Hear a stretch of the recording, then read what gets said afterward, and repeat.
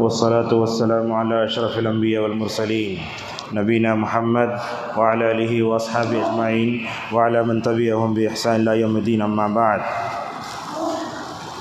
اس سے پہلے ہم نے فجر کے درس میں یہ بتایا تھا کہ قرآن پڑھتے وقت فرشتے کیسے ڈھانپ لیتے ہیں، اللہ کی سکینت اور رحمت کیسے اترتی ہے، اور اللہ تبارک و تعالیٰ اپنے پاس وہ تلاوت کرنے والوں کو کیسا ذکر فرماتا ہے۔ آج کے اس درس میں قرآن پڑھنے والے مومن کی مثال، قرآن نہ پڑھنے والے مومن کی مثال، قرآن پڑھنے والے منافق کی مثال اور قرآن نہ پڑھنے والے منافق کی مثال رسول اکرم صلی اللہ علیہ وسلم نے بیان فرمائی، تو اس کو ہم آپ کے سامنے بیان کریں گے۔ حضرت عائشہ رضی اللہ عنہا فرماتی ہیں، رسول اکرم صلی اللہ علیہ وسلم نے فرمایا، جو بندہ قرآن پڑھتا ہے، حافظ بھی ہے، تو وہ قیامت کے دن نیک فرشتوں کے ساتھ ہوگا۔ کیا مطلب ہے؟ مطلب یہ ہے کہ فرشتوں کو جیسے قرآن پڑھنا آسان ہے، اسی طریقے سے اللہ تبارک و تعالیٰ وہ حافظوں کو جو ہے آسان فرما دیتا ہے۔ اسی لیے آپ دیکھیں گے جو حفاظ سال بھر پڑھتے رہتے ہیں ان کے لیے روانی آتی ہے، جو حفاظ قرآن نہیں پڑھتے ان کی زبان چلتی نہیں ہے۔ اسی لیے آپ دیکھیں گے سعود الشرائم وغیرہ کو سورہ کہف ماشاءاللہ 18 منٹ میں پڑھ لیتے ہیں، حالانکہ تقریباً 110 آیتیں ہیں۔ تو آدمی جو بار بار پڑھتے رہتا ہے اس کے لیے روانی آتی ہے، جو دیر سے پڑھتا ہے نہیں پڑھتا اس کے لیے ایک صفحہ پڑھنے کے لیے آدھا گھنٹہ لگ جاتا ہے۔ تو اس طریقے سے علامہ ابن حجر رحمہ اللہ کہتے ہیں، جو بندہ قرآن پڑھتا ہے، حفظ کرتا ہے، بار بار مراجعہ کرتے رہتا ہے، تو ایسی صورت میں اس کے لیے پڑھنا بہت آسان ہو جاتا ہے۔ ہمارے ایک جامعہ کے استاد ہیں مولانا ظفر الحق شاکر عمری رحمہ اللہ، ابھی 2 مہینے پہلے انتقال ہوا۔ ان کے بارے میں ہمیشہ ہم سنتے تھے، عمر آباد میں ایک دن میں 6 پارے پڑھتے ہیں۔ وہ شیخ کے پاس جب گفتگو کرنے گئے تو شیخ بولتے، اشارہ کرتے، وہ آیت ختم ہوئی تو بات کرتے، پھر اس کے بعد پھر یہ کر لیتے۔ تو وہ مدرسے سے گھر تک کا جو ڈسٹنس ہے بولتے اس میں آدھا پارہ پڑھ لیتے ماشاءاللہ۔ ہر 5 دن میں یہ قرآن ختم۔ وہ جب بیمار ہو کر گھٹنوں کی تکلیف ہو گئی، سانس کی تکلیف ہو گئی، جب بھی گھر کو جاتے تو بولتے اب بھی آپ آئے تو سورہ شورى ختم ہوئی، اب بھی چاہے تو اس طریقے سے جس کا اوڑھنا بچھونا قرآن ہو جاتا ہے ماشاءاللہ اس کی زندگی میں بڑی برکت ہوتی ہے۔ اسی طریقے سے فرشتوں کی جیسے تعظیم ہوتی ہے ویسے قرآن پڑھنے والوں کی تعظیم ہوتی ہے۔ وہ مثال ہم آپ کے سامنے دیتے ہیں۔ ابو موسیٰ اشعری رضی اللہ عنہ کہتے ہیں کہ رسول اکرم صلی اللہ علیہ وسلم نے فرمایا، دیکھیے جو قرآن پڑھتا ہے اس پہ عمل کرتا ہے، اس کی مثال سنگ ترے کی طرح ہے، اس کا مزہ بھی اچھا اور اس کی خوشبو بھی اچھی ہوتی ہے۔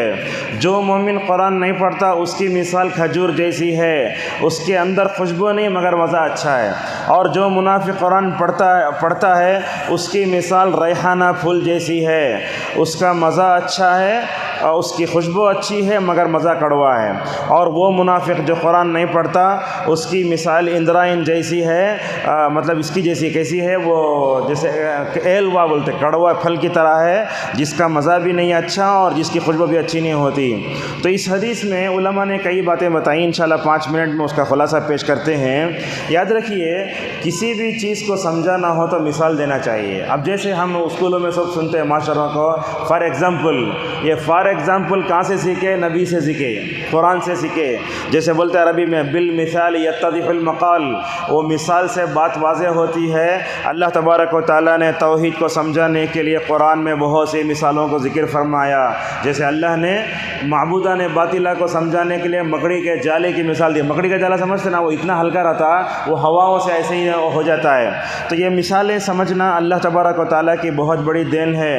اور اللہ نے کیا کہا؟ وَتِلْكَ الْأَمْثَالُ نَضْرِبُهَا لِلنَّاسِ وَمَا يَعْقِلُهَا إِلَّا الْعَالِمُونَ۔ ہم مثالیں پیش کرتے ہیں تو ان مثالوں کو علماء ہی سمجھ سکتے ہیں۔ حسن بصری رحمہ اللہ جب بھی اس آیت پر پہنچتے زار و خطار روتے بولتے میں عالم نہیں ہوں لہٰذا وہ اللہ کی مثالوں کو سمجھ نہیں پاتا ہوں۔ یہاں دیکھیے جب اللہ تعالیٰ مثال دیتا ہے تو مومن سمجھ جاتا ہے، لیکن کافر اور منافق جب اللہ مثال دیتا ہے تو مثال کا مذاق اڑاتا ہے۔ اسی لیے آپ دیکھیں گے اللہ تعالیٰ نے مکھی کی مچھر کی مثال دی تو قرآن کیا کہا کفار نے؟ ماذا اراد اللہ بہذا مثلا، اللہ تعالیٰ اس مثال سے کیا فرق سمجھانا چاہتا ہے؟ تو اللہ بھی مثال دیتا ہے، رسول اکرم صلی اللہ علیہ وسلم میں مثال دے کر سمجھاتے ہیں۔ تو اللہ کے نبی نے قرآن پڑھنے والے اور اس پر عمل کرنے والے کی مثال آپ آپ نے سنگ ترے سے دی ہے۔ وہ سنگ ترا کیا ہے؟ علماء بولتے وہ پھل ہے اصل میں سیب کی طرح۔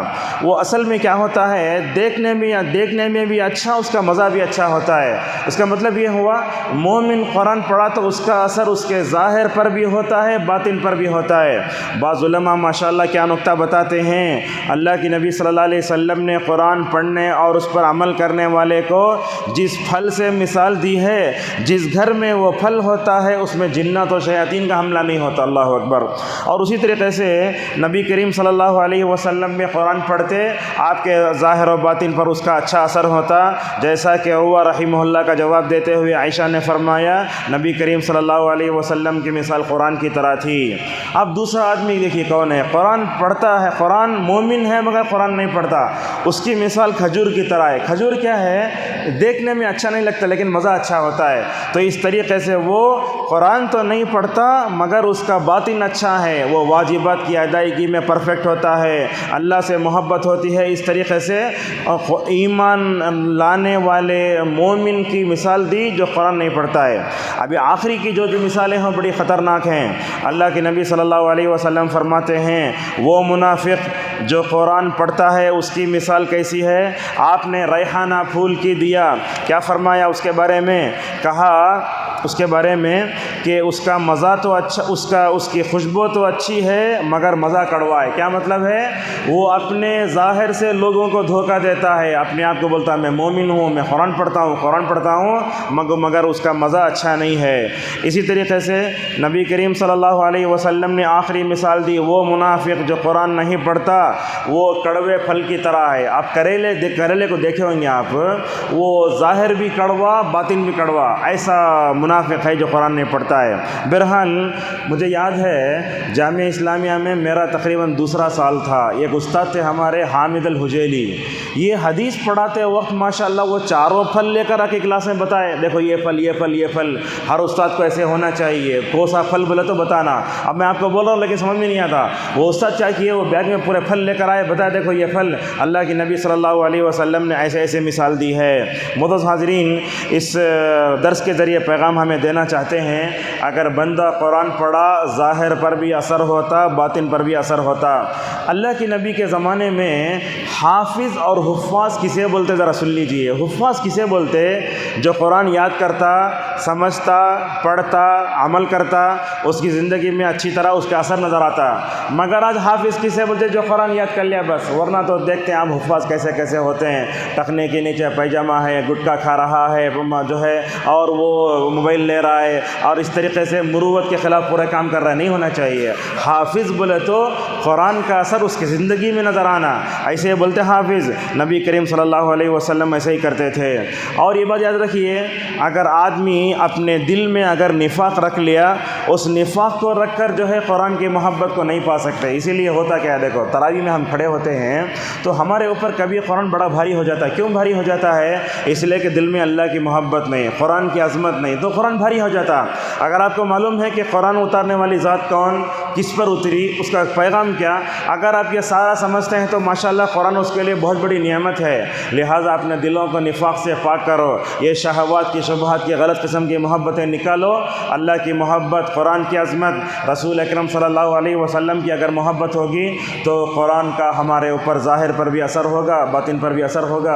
اسی پر اپنی گفتگو سمیٹتے ہوئے اللہ تبارک و تعالیٰ سے دعا ہے کہ اللہ تعالیٰ ہم کو اپنے ظاہر کو بھی اپنے باطن کو بھی قرآن سے سنوارنے کی توفیق عطا فرمائے، اور اپنی صورت کے بڑھ کر اپنی سیرت کو اچھی کرنا ہو تو یہ دعا پڑھو، اللہم انت حسنت خلقی فحسن خلقی۔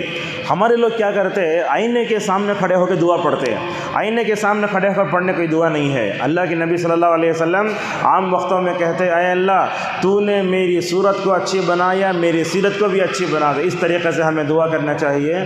وآخر دعوانا الحمد للہ رب العالمین۔